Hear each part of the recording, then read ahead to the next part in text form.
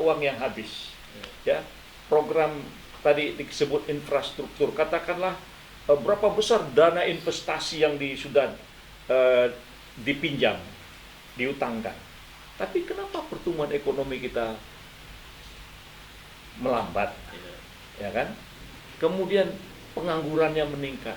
Berarti kan ada yang salah. Nah, ini Jokowi sebagai presiden sadar nggak nih ada kesalahan ini? Betul. Kalau bahasa anaknya Gus Dur, Jokowi harus membayar orang yang mau mendengar kritikan. Ini anaknya Gus Dur, Ali Sawahid, ya kan? Iya. Nah, kalau kata Pak Emil, menterinya itu menjerumuskan presiden. Nah, bukan membantu. itulah tadi kata kenapa sih partai-partai politik Ya. itu tidak berani mengatakan kepada presiden. Betul kan. Toh yang mendukung presiden itu kan partai politik. Kok setelah dia jadi presiden seakan-akan Yes, menurut man. saya nggak pas, Iya.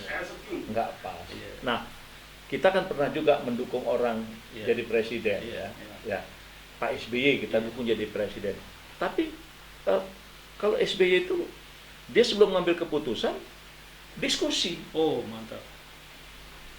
Jadi SBY itu salah satu menurut aku keistimewaannya. Iya.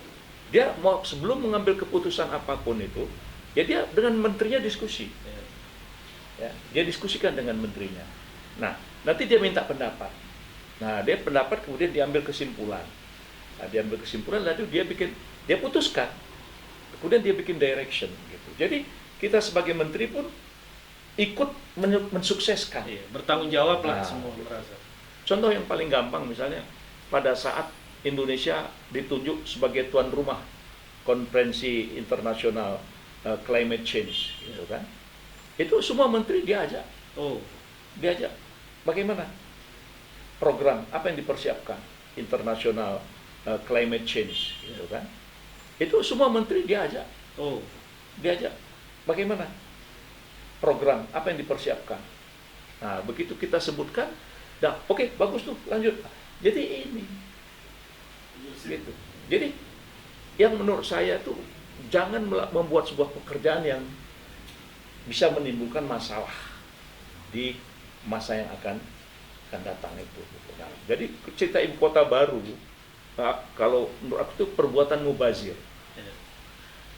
Itu mubazir, membuang-buang waktu, membuang-buang uang yang belum tentu presiden yang akan datang itu akan melanjutkan itu. Gitu. Dan untuk membuat itu ibu kota baru 10 tahun itu nggak selesai. Tak selesai. Betul. Bagaimana mau memindahkan markas angkatan bersenjata, Mabes TNI itu dengan semua perangkat sistem Iya. peralatan-peralatan teknologinya? Bagaimana mau memindahkan itu? Kan cerita militer kan cerita posisi strategis, Posisi strategis. ya kan? Nah, belum lagi yang lain-lain. Jadi inilah akibat kalau tidak ada studi kelayakan dan kemudian presidennya memang tidak layak. Iya. Tidak fatona kan? Ya itulah. Bahasanya itu. Ya kan? Kan sekarang ini apapun program tidak ada studi kelayakan. Iya. Ya. Kalau sudah dikatakan tidak layak harusnya stop. Stop. Ya kan? Iya. Nah, jadi kenapa studi kelayakan itu ditiadakan? Ya kan? Tender-tender juga cenderung nggak dipakai. Iya. Ya itu tadi karena memang presidennya nggak layak. Iya. Padahal saya ini sekolah teknik Anda. Pelajaran pertama untuk proyek feasibility study. Iya, FS. Itu. Kenapa itu nggak dipakai kan gitu? Inilah. Jadi kalau kita sudah mengelola tidak berdasarkan ilmu, Iya, berbahaya. berbahaya. Studi kelayakan itu kan dibuat berbagai macam komponen. Kelompok akademik, LIPI terlibat, Lingkungannya. LSM terlibat, ya birokrat terlibat. Jadi di situ terjadi perdebatan. Iya. Nah, dicari titik singgung. Iya. Ya, dicari titik singgung, persamaan-persamaan untuk mengambil resiko yang serendah-rendahnya. Gitu. Saya kira itu. Jadi pengganti Jokowi seperti apa nih Pak? Nah, itu perkara pengganti nantilah. Enggak, yang maksudnya yang bisa menjawab persoalan-persoalan. Iya. Lanjutkan atau Jadi enggak menolak? begini. kita ini harus melihat orang itu ya utuh, ya track record, track recordnya, kompetensinya gitu ya, kompetensinya dia. Jadi kita bisa lihat. Dulu orang nanya kok tahun 99 2004 ketika pertama kali dilakukan pemilihan langsung itu, yang kita mencalonkan Pak SBY. Kan banyak teman-teman di DPR itu yang sinis. Oh, masa SBY? Ya kan? Nah, tapi aku jawab, yang kita butuhkan itu ada satu, kecerdasan. Iya. Nah, SBY kan waktu itu jenderal yang nampak ke permukaan kecerdasannya. Kemudian dia penuh dengan etika. Itu kan bagi orang Indonesia Pas sesuatu sesuatu. yang pada saat itu. Jadi kemudian ketika diadakan pemilu, nuansa penyimpangannya kan tidak seperti yang kemarin terjadi. Iya, iya. Kan gitu. Nah, jadi kalau bilang siapa, ya kan? Aku yakin ya, di Indonesia ini banyak tokoh-tokoh yang Tapi kalau memiliki di kapasitas daftar calon-calon survei itu kayaknya Nah, nggak ada yang masuk gitu. makanya begini, kita ini Presiden, kenapa threshold. selalu terpaku kepada Polling itu. hasil polling. Polling, betul. Apakah ada polling survei itu nggak berbayar? Iya. Lembaga Nah, survei. siapa yang membayar? Iya. Awak ini kan dulu pernah dikonsultan juga. Iya, iya, iya. Kembali lagi ke bandar lagi. Ya, jadi waktu kita sebagai konsultan itu ketika mengerjakan ini, nah dikasih batasan, ruang lingkup kekuasaan kita ini, ya udah, gitu kan? Nah, jadi ketika kita bicara tentang negara, jangan, ya kita ini kan ya mungkin masih baru, Iya. ya karena baru menggunakan alat komunikasi, jadi gampang tersihir, apalagi satu orang bisa megang 100 HP. Iya. Buzzer. Nah, Fenomena buzzer. itu kan teknologi. Nah, teknologi. Nah, jadi kalau ini mari kita ciptakan sistemnya, Yang baik. kemudian aturan-aturannya yang rasional, ya, yang betul-betul rasional dan memberi kesempatan banyak orang. Ya. Ya. Jadi menurut pengalaman tahun 2004, 2009, kandidat presiden, wakil presiden itu ada 4 atau 5 tuh. Iya. Rakyat memilih, Memilih. rakyat mendengar apa yang disampaikan, rakyat membaca apa yang ditulis, rakyat tahu tentang apa yang disosialisasikan dari program-programnya. Nah, dari sekian itu kemudian ada nomor 1 terbesar, nomor 2 terbesar, kemudian tarung lagi. Menurut aku itu bagus untuk Indonesia ya. Nah, lebih bagus lagi kalau kita kembali kepada MPR sebagai lembaga tertinggi negara. Presiden adalah mandataris. Mandataris rakyat, mandataris MPR. Nah, ini pilihan. Nah, ini saya kira bagaimana DPR yang ada sekarang Iya. bisa membuat undang-undang yang betul-betul Iya. bisa menciptakan suasana rakyat itu partisipasinya itu dihargai gitu. Nah, itu kalau kita lihat bahasa tadi siapa, kita jangan bicara orang dulu. Mari kita bicara Ibu Puan udah sistem. menanam padi, Pak Kapan? Kenapa? Menanam padi. Ya tapi kan dia nanam di musim hujan. Iya. Jadi itu nampak betul Mbak Puan itu gak pernah jadi petani. Iya, iya, iya. Dan yang men-settingnya itu mungkin untuk jadi berita barangkali memang dia pilih kontroversial kan. Karena menanam padi di musim hujan Iya. itu biasanya petani itu takut disambar Petir. petir. Iya, iya. Gitu. Nah, kemudian nanamnya itu kan harus lihat tinggi air itu kan diatur. Iya, iya. Ya, itu jadi itu juga menunjukkan ya apakah itu merupakan makin banyak orang berkomentar makin bagus atau menunjukkan memang ya itu tadi. Hobi menanam, hobi menanam. Hobi menanam. Hobi menanam. Ya, Bro Ensis, sebenarnya antara figur sentral dan demokrasi, kalau kita lihat dalam sejarah Islam, Nabi Muhammad sebagai seorang nabi, tetapi beliau tetap berpegang kepada Al-Quran, yaitu di dalam Al-Quran ini ada surat yang kita bisa bilang ini dipegang oleh Nabi Muhammad untuk umatnya, yaitu Asyura. Surah ini hendaknya kita selalu bermusyawarah. Nah, kemudian di zaman kepemimpinan pelanjut daripada Rasulullah, itu Umar bin Khattab melembagakan namanya Ahlul Ahli wal Aqdi, orang-orang yang kira-kira kompetensi. Nah, oleh Ali bin Abi Thalib itu dikatakan bahwa yang cocok duduk di dalam Ahlul Ahli wal Aqdi ini adalah wilayatul faqih, orang-orang yang berilmu. Artinya demokrasi ini seperti kata Bapak Dr. MS Kaban, jangan sampai diisi tadi orang yang beli ijazah, para preman. Kalau semangatnya kapitalisme, cukong politik dan lain sebagainya, maka yang akan terisi di dalam parlemen adalah orang-orang jahat. Padahal itu orang-orang di parlemen itu, kata Sayyidina Ali, itu adalah orang-orang yang berilmu, yang faqih, yang menguasai ilmu agama dan ilmu dunia. Nah, hendaknya kamu bermusyawarah. Jadi Nabi itu tidak otoriter, tetap kemudian berdiskusi dan bertanya. Artinya Kanda bahwa demokrasi ini sebenarnya sangat cocok dengan dunia Islam. Jadi ketika dulu suruh memilih, katakanlah PKI ini disebut demokrasi proletar, tetapi pada prakteknya ketika menang justru otoritarian. Nah, kira-kira mungkin itu ya Kanda ya, demokrasi ini memang harus diisi orang-orang yang berilmu sehingga bisa menjaga moral. Nah, ini ada satu yang menarik. Di zaman sekarang ya, mungkin saya sebut aja langsung, ini ada satu menteri mengeluarkan Permendikbud nih Kanda.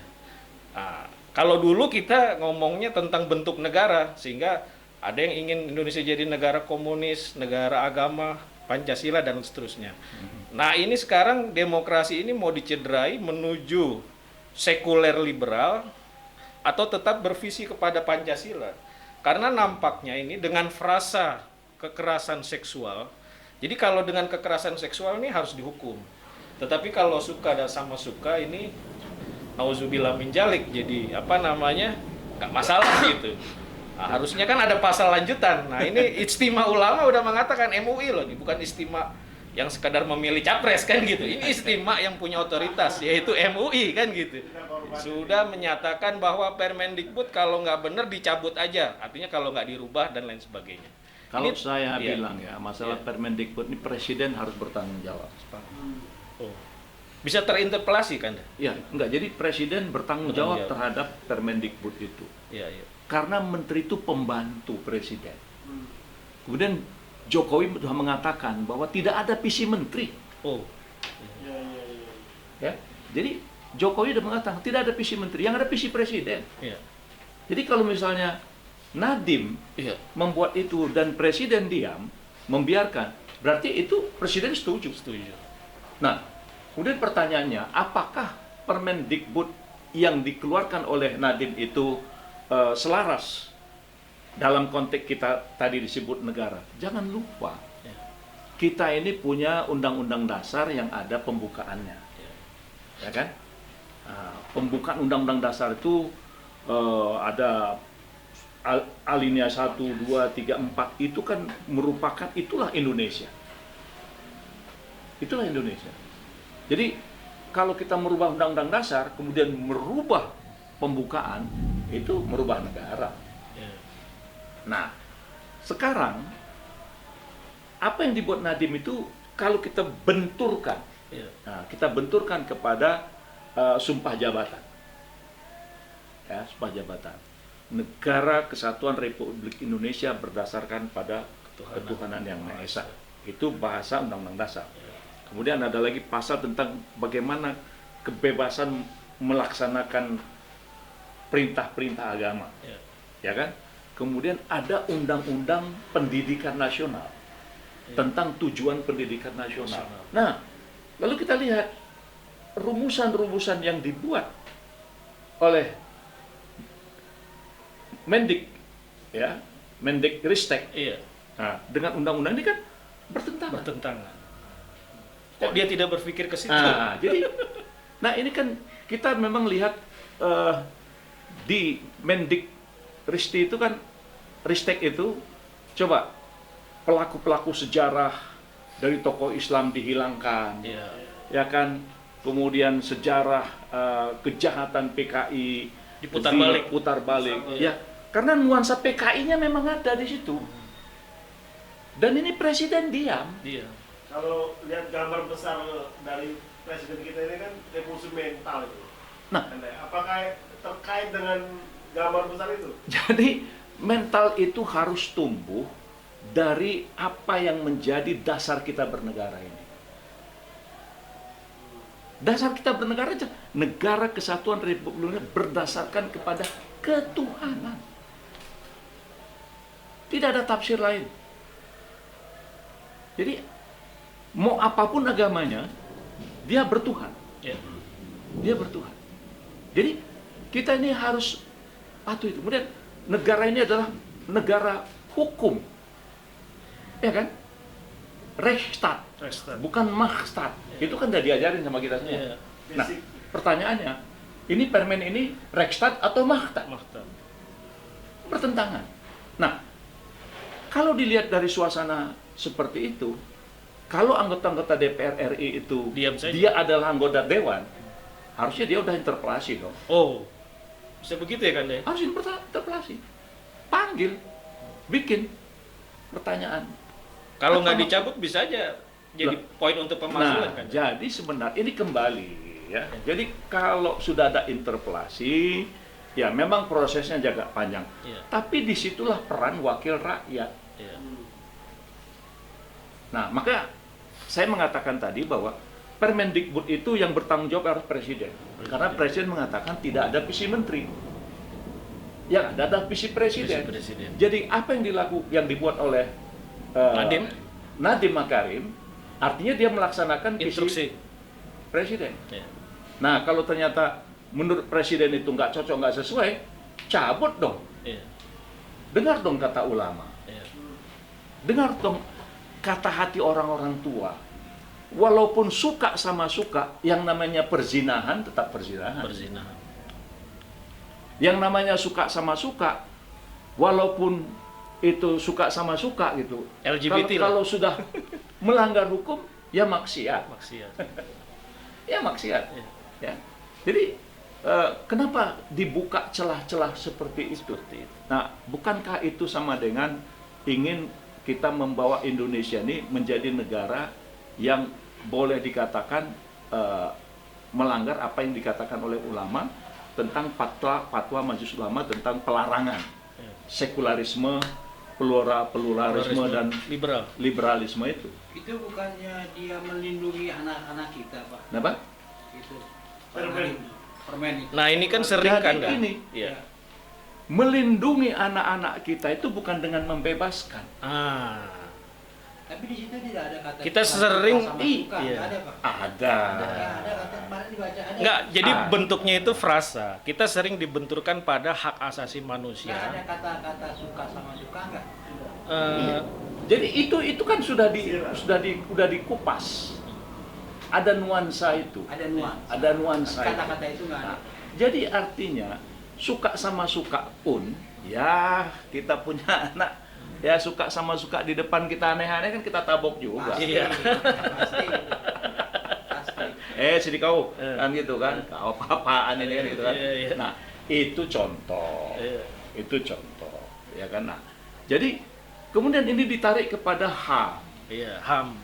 ya, pada hak asasi manusia gitu kan. Tapi hak asasi manusia itu juga harus menghormati kewajiban. Nah, kita nih sebagai orang yang beriman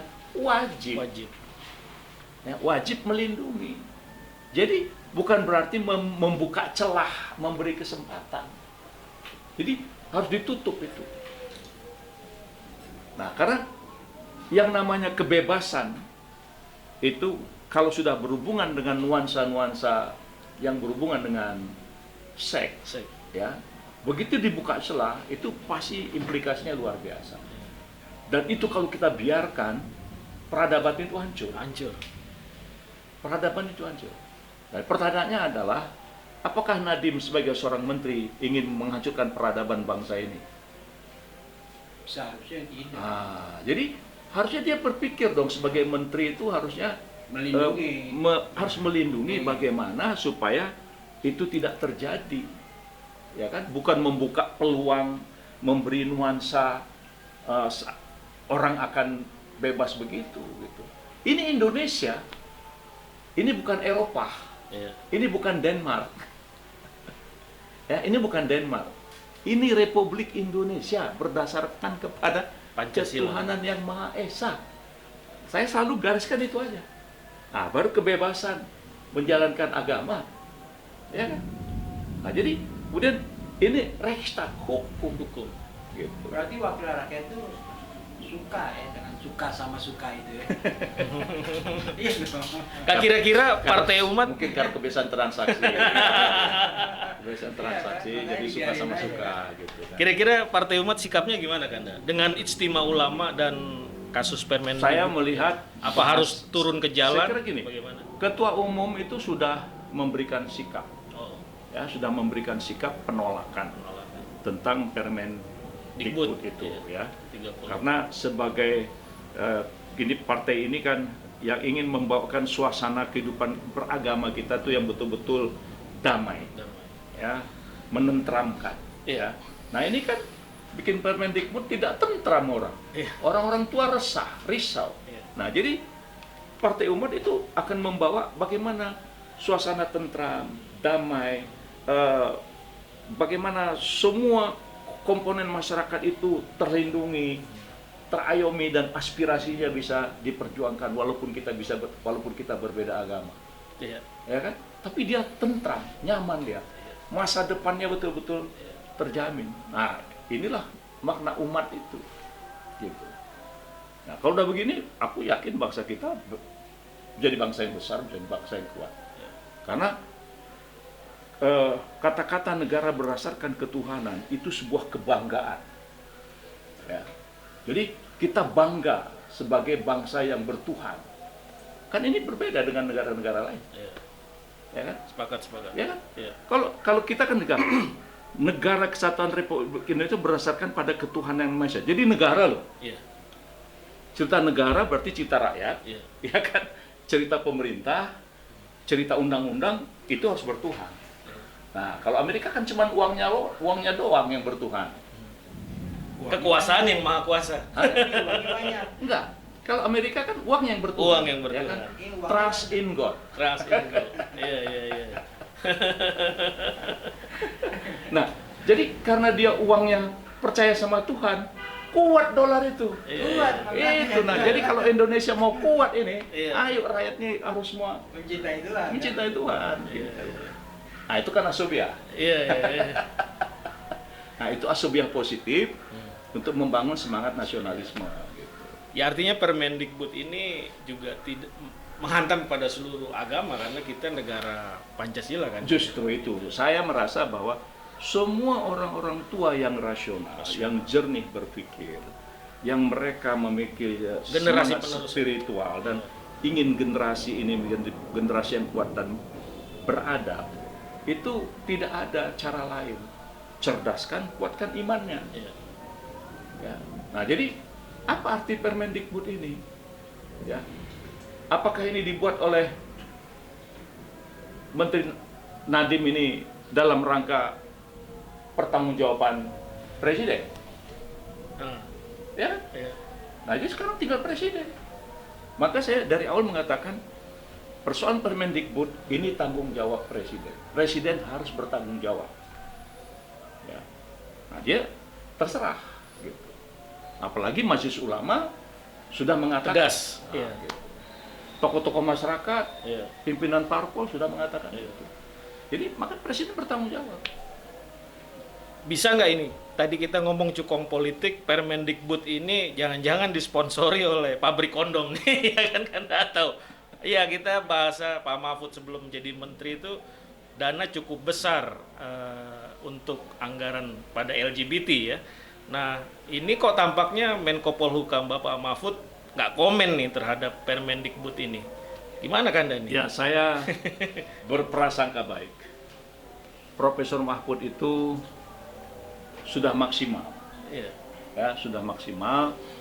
Tapi karena memang ciri khas dari kabinet sekarang itu kan ada kecenderungan untuk masing-masing bermain, ya, masing-masing bermain, dan semua merasa dekat dengan presiden sehingga merasa apapun yang dikerjakan itu ini ya, itu terserah. Tapi bagi kita ya sebagai anggota masyarakat melihat implikasinya. Ya, implikasinya apa terhadap kehidupan. Kemudian apakah itu sesuai dengan isi sumpah jabatan? Ya kan? Demi Allah saya bersumpah, kan itu. Di situ jelasnya kan, dia pakai kata-kata Allah. Ya, dengan Al-Quran. Demi Allah saya bersumpah. Poinnya melaksanakan undang-undang. Nah, kalau sekarang dia buat peraturan bertentangan dengan undang-undang, melanggar sumpah, itu layak diinterpelasi. Ya, saya kalau anggota dewan walaupun sendiri saya bikin usulan interpelasi.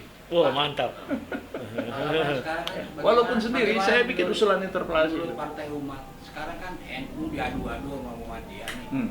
Gimana Partai Umat jalan keluar? Loh, apakah NU maupun Muhammadiyah itu umat? Ya, jadi kita mempersatukan semua. Ya, karena umat ini dia sudah lepas semua baju atribut apapun itu lepas semua. Yang ada kita cuma satu umat. Bagaimana membangun bangsa ini baldatun thayyibatun wa NU rabbun. umat, Muhammadiyah Umat. Itu. Jadi bahasa-bahasa perseorangan saya pikir tidak mewakili. Ya, kita harus berbicara tentang kepentingan bangsa, kepentingan masyarakat yang lebih luas. Gitu. Jadi ya kan kita sadar bahwa ucapan-ucapan itu kan sebetulnya ucapan-ucapan yang emosional, Ya. ucapan yang Kelompok. uncontrol, Ya. kemudian ucapan yang boleh dikatakan dari segi akademiknya terasa rendah kualitasnya ya. Jadi menurut saya ya biarlah dia menikmati apa yang diucapkan, tapi yang penting kita harus terus menggalang umat ini adalah merupakan satu kesatuan. Kesatuan. Gitu. Itu Itu. penting Partai Umat. Oke, Bro and Sis, mungkin tampaknya kita tidak salah ya ketika kawan-kawan milenial ataupun masyarakat memilih suaranya atau aspirasinya ke Partai Umat, karena tadi disampaikan oleh Pak Dr. MS Kaban bagaimana beliau siap menjaga suara yang diaspirasikan ke partainya apapun agamanya, yang jelas penjagaan moral, etika dan lain sebagainya, bahkan perjuangan-perjuangan baik ekonomi, politik, sosial, budaya, hankam, karena Partai Umat sendiri lambangnya adalah perisai, Perisai, Ya, bintang. bintang. Ah. Jadi melindungi Bintang daripada itu cahaya. daripada Jadi, anggap serangan. bagaimana bangsa ini bercahaya. Bercahaya. Gitu. Oke, kita ketemu lagi dan terima kasih kepada Pak MS Kaban atas waktunya. Alhamdulillah. Para pemirsa, Assalamualaikum warahmatullahi wabarakatuh. Waalaikumsalam warahmatullahi wabarakatuh.